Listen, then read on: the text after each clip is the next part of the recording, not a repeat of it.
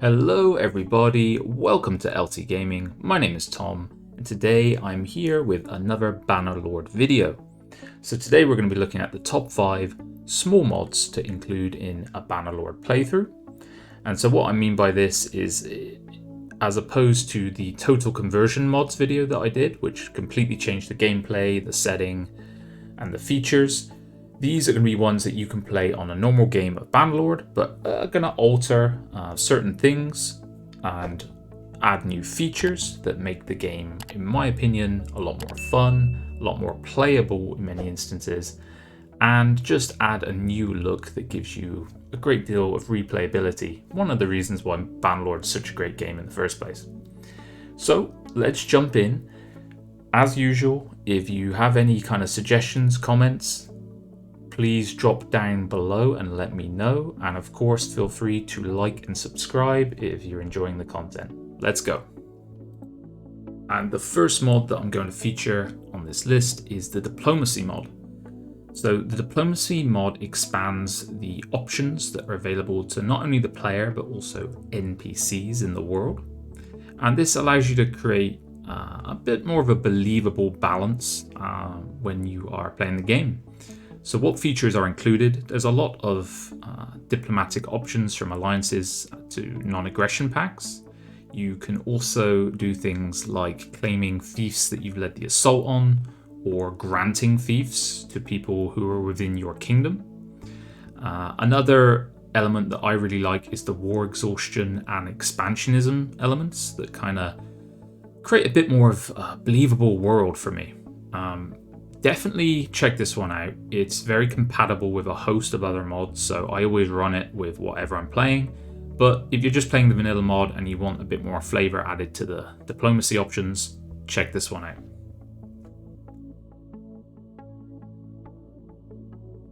And the next mod that I'm going to feature here is a smaller one, but nevertheless a very important one, I think, and it is the improved garrisons. So one thing that I have always seen as lacking in the castle and settlement management is, the options and customizable features that you have there. It's just not that great. So this mod allows you to modify recruitment parameters. So for example, you can say you only want to recruit elite troops into your garrison. The training parameters are also altered, so it makes it a lot easier for your garrison troops to kind of level up. There is also kind of custom AI options, so your guard parties can be given different orders and different instructions on the way they defend around your settlements. And then there's just a whole host of smaller management features as well. And I think this one is great. Definitely pick it up. It's another one that I run in almost every playthrough that I do, and it's highly compatible, which is the key for anything like this. So one thing that I always felt that was lacking from the vanilla game is the lack of weather effects and its impact. So you do have snow, but it is not in any way affecting combat or gameplay. Whereas there is a mod called Realistic Weather available on the Steam Workshop, and this adds rain, snow, and fog with varying densities to the campaign map. And so the rain and snow, I believe they decrease movement, they hinder projectile speed, and it also has effects on morale. And the fog also has an effect on how often the AI will shoot, and also has impacts on morale as well.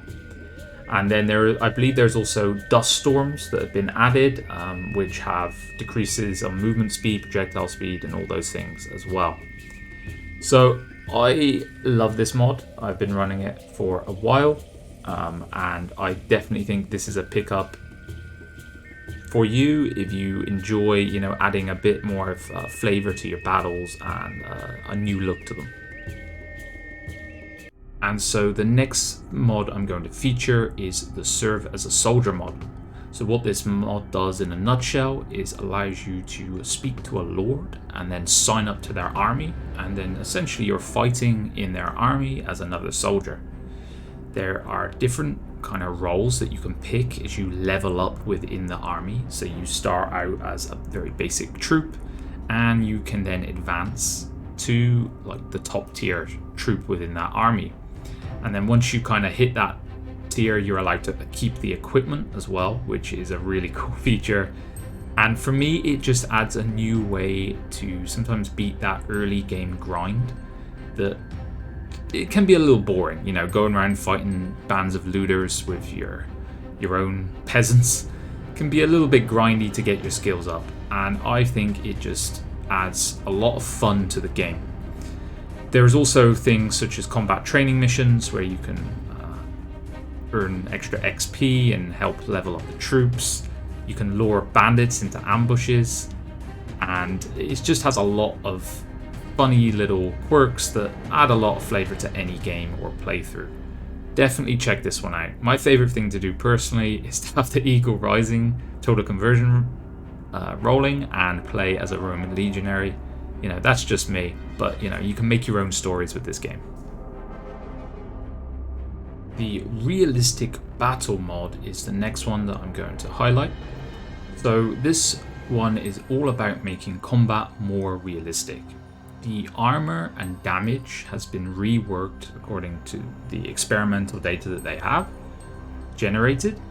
So weapons attack faster, units parry and block more, and projectile damage is based upon kinetic energy.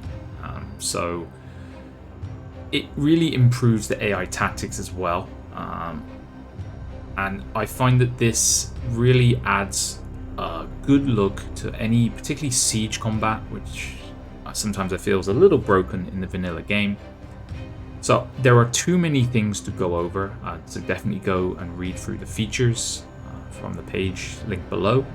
But this one is a great one if you're looking to kind of rework the battles and make them a little bit more engaging, a little bit harder in some aspects as well. Check this one out. And there we have it, LT Gamers. 5 mods for you to add into your Mount & Blade playthrough. Now, I know there are dozens more of these type of mods. I just had to condense it down so, you know, people don't get overwhelmed when you give like a list of 50 mods to try.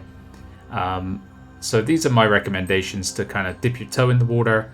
They're not going to completely transform the game, but it's going to give you a different look, a different experience, and I can heavily recommend each one of them. If you've enjoyed the video, let me know, drop a like, drop me a comment, and comment which ones you would include.